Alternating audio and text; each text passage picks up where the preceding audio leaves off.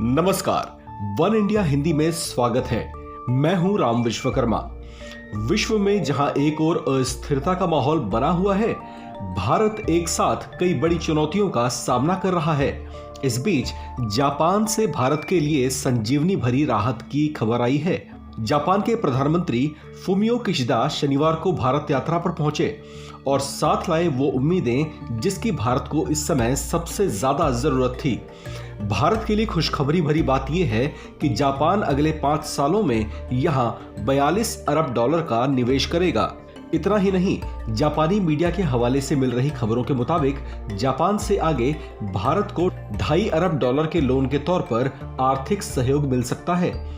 भारत और जापान के बीच संबंध हमेशा से मधुर रहे हैं। भारत में निवेश को लेकर जापान पहले भी सकारात्मक रुख दिखाता रहा है। गौरतलब है कि साल 2014 में जब शिंजो आबे जापान के प्रधानमंत्री थे, उस समय भी उन्होंने भारत में 3.5 ट्रिलियन येन के निवेश का ऐलान किया था। लेकिन अब जापान के वर्तमान प्रधानमंत्री फुमियो किशिदा उनसे भी कहीं आगे भारत में 5 ट्रिलियन येन का निवेश करने जा रहे हैं। जापानी पीएम के भारत दौरे के बीच एक और बात जो खासी चर्चाओं में छाई हुई है, वो ये है कि जापान में इस वर्ष क्वाड नेताओं का शिखर सम्मेलन होने जा रहा है, जिसमें शामिल होने के लिए प्रधानमंत्री मोदी जापान जाएंगे। भारत और चीन की बढ़ती तल्खियों के बीच उनकी जापान यात्रा कई मायनों में खास हो सकती है। गौरतलब है कि जापान के साथ साथ भारत भी दक्षिणी चीन सागर क्षेत्र में चीन के बढ़ते दबदबे के बीच दोनों देश स्वतंत्र नौवहन के समर्थक हैं।